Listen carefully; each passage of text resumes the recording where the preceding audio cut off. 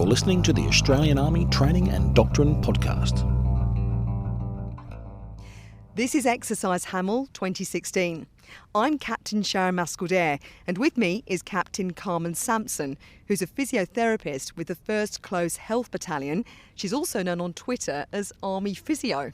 Now, we're in your treatment area right now, so tell us what we can see here. So within our treatment team here, we don't need much equipment as a physio, which is great. So we generally travel as a rather light footprint. So what we can see is our treatment table, which is adjustable and packs up rather small. And then we just have our basic supplies. So that ranges from strapping tape, needles for dry needling and acupuncture, different assortments of cream, whether it be heat and cold, as well as our heat and cold therapies, and then any adjunct sort of treatments, which may involve different splints, crutches for acute care management. And of course, this is just the minimal side of equipment that we can need. We can also change that depending on the construct of health that we're in, depending on what our resupply is at that time. So as a physio, what does that actually mean for you? What does your day-to-day job require? So for this morning, for example, we will get up before the sunrise and go to what's called stand 2, where we need to get into our body armour, our helmets, place our weapons with us, and we get into our pits for the sunrise. From there we go into morning routine, so that's have your breakfast if you're male, you shave, normally make a brew, so for us it's coffee in the physio tent, and then we'll just start preparing for our morning patients, which will generally start about 0800. So that morning routine normally takes 45 to 60 minutes.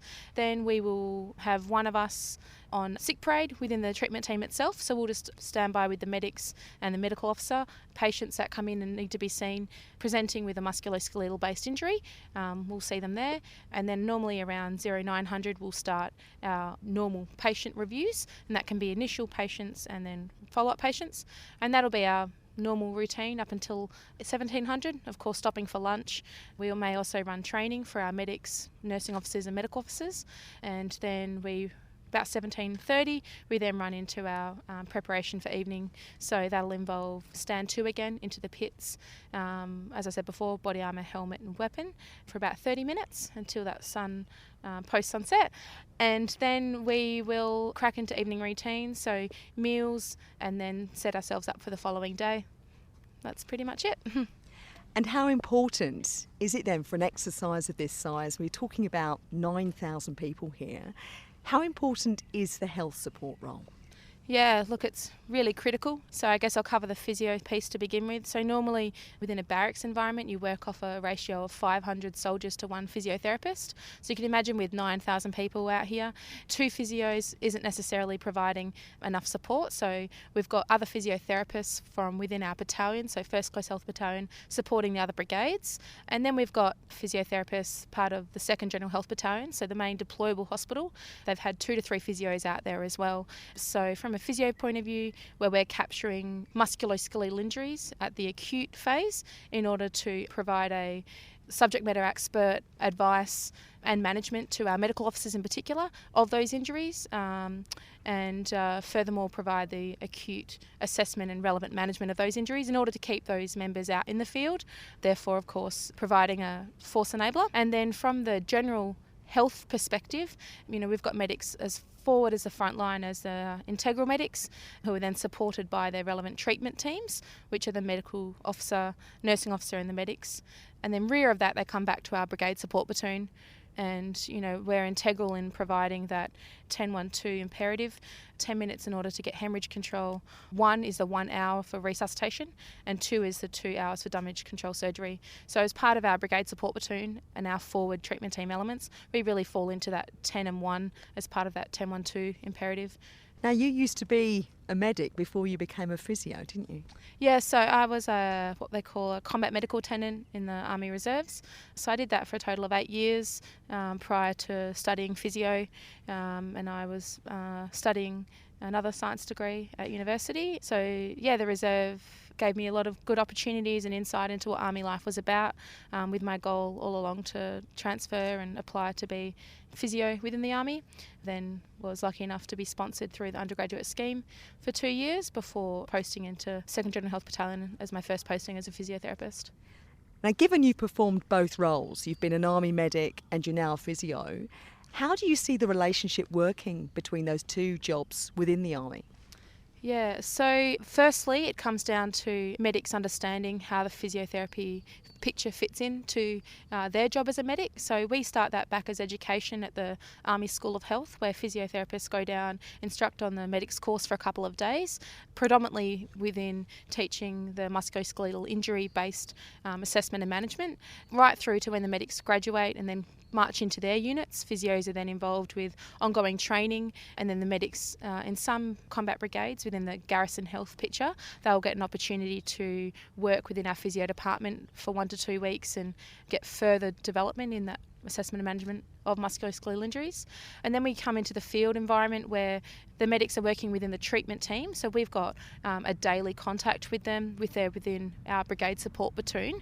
However, when we have the integral medics working out further in front within the battle groups themselves, it's really important that those medics are trained and confident as well as competent in that acute injury assessment, because they're treating those members before they even see a physiotherapist. So it's really important that we're doing our role in the education space to upskill the medics for those relevant assessment and management pieces, and that we have an open communication ongoing between the medics and ourselves to make sure that they're happy to come to us and ask about any questions that they have regarding the management of their soldiers as well. So how crucial is it, in your view, to have a physio as part of that health support team? It's critical. Our daily injuries reflect the normal statistics of disease and non-battle casualties, where we're seeing a lot higher rates of injuries in respect of musculoskeletal trends. So that's things such as ankle injuries, back injuries, knee injuries, which are simple causes such as sitting in vehicles for prolonged periods, wearing body armour for 12 plus hours a day, walking on uneven ground like it is around here. It's not hard to have those injuries. That's the higher trends that we're getting through. And physiotherapists, we're the subject matter experts in that musculoskeletal piece. So we provide an enhanced diagnostic tool to the medical team, in particular the medical officers, who are general practitioners in this treatment team environment, and we're the subject matter experts in that musculoskeletal field. So it's really important that we're out here to complete that medical health capability. So if you think about some of the cases that you come across when you're working on exercise Hamel, or indeed other exercises like this, what's the kind of typical case that you might have to deal with? Yeah, so a typical case would be someone's stepped out of the back of the PMV, whether it's day or night, they've trod on uneven ground, they've rolled their ankle, which is a typical inversion sprain. Depending on the severity, may require a couple of days of restrictions in order to offload that injury. And so within our brigade support platoon, we may hold that member there for a day or two in order to optimise their healing and recovery timeline, and then offer that member, depending on their job, discuss with their chain of command and be able to get them employed with or without restrictions for a couple of days with ongoing physio. So if they're within our location, they'll probably get treatment once to twice a day. If they're out in the battle groups, we'll either try and visit them and hold a physio clinic out with their treatment team, or that member will be brought rearward every 1 to 3 days, whatever is necessary, in order to review the patient and enhance their recovery, basically. Part of our role will be that definitive assessment of the injury itself. That's what we're trained to do as physiotherapists. So with an ankle assessment, for example, we don't need any diagnostic imaging or anything like that. It's based on our clinical examination to determine the severity of the injury and how that'll impact that soldier's specific job. Without the physios there, you don't have that specific assessment and therefore diagnosis, which can be critical in terms of affecting how that patient's managed, affecting the capability that they're from. In terms of the exercise then as a whole, what are you hoping to get out of this? What do you hope to achieve in terms of your own training, professional development?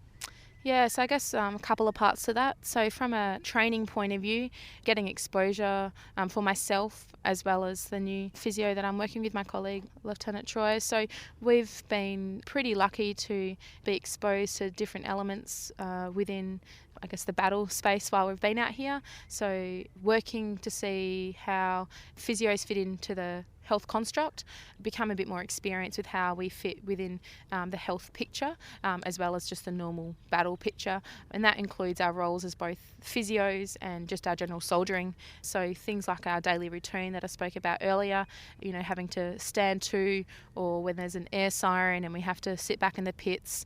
I guess getting an understanding of the potential consequences of being involved in that warfare, so to speak, while we're out here, which is a lot different to just the training that we go through on a day-to-day basis back in the barracks. The field environment and this exercise Hamel in particular really gives us that opportunity to develop ourselves in that physio and in that officer space. This exercise is a really good opportunity for our craft group, so Army Physiotherapy, just to continue to develop our profile within Army and continue our education to the wider health and Army about why our capability is so important in both exercise and on operations, in terms of being a force enabler and maintaining force preservation of our soldiers to keep them in theatre. So for you personally and professionally, what are you hoping to get out of Exercise Hamel? So working with my colleague, Lieutenant Josh Troy, this being his first field experience as an Army physio, it's really important for me to be able to mentor him through this experience and give him every opportunity to learn in the physio and the general soldiering space, so that he's confident and competent to go out field next time by himself. Myself, it really is just to continue the education piece and continue the positive profiling of physiotherapy within the Army, to ensure that from a health and a general warfighting point of view, physiotherapy is not forgotten and in fact included as part of that initial medical health capability. We do play a significant role in force preservation, and just want to continue to make sure that education is out there for it. You say education, you've got your Twitter handle, haven't you? Army Physio. Yeah. Tell us about that. Yeah, great. So in more recent times, it's quite evident that a lot of social media is used in a positive profile. Myself and Lieutenant Troy decided to get on board with the positive social profiling that was being done, I guess, within 1st Brigade and then the wider Army. So we've set it up in order to just expose Army physio capability as well as the general health capability to Army and the wider world, of course, being Twitter. And having a bit of fun with it, trying to use it as a bit of an educational tool and encourage everyone to sort of get on board and find out what physio is really about. So that's exciting, and we're really trying to take the trends out of the current exercise, so whether it's back injuries, ankle injuries, use those positively to try and prevent them in the future. Hopefully be able to get a bit of a regular profile of all our Army physios that are in both full-time and reserves, and hopefully increase our networking profile from that perspective. Captain Karmen Sampson, otherwise known as Army Physio on Twitter, thank you very much. This is Captain Sharon Mascall-Dare reporting from Exercise Hamel 2016. This podcast is produced by the Australian Army and is copyright the Commonwealth of Australia.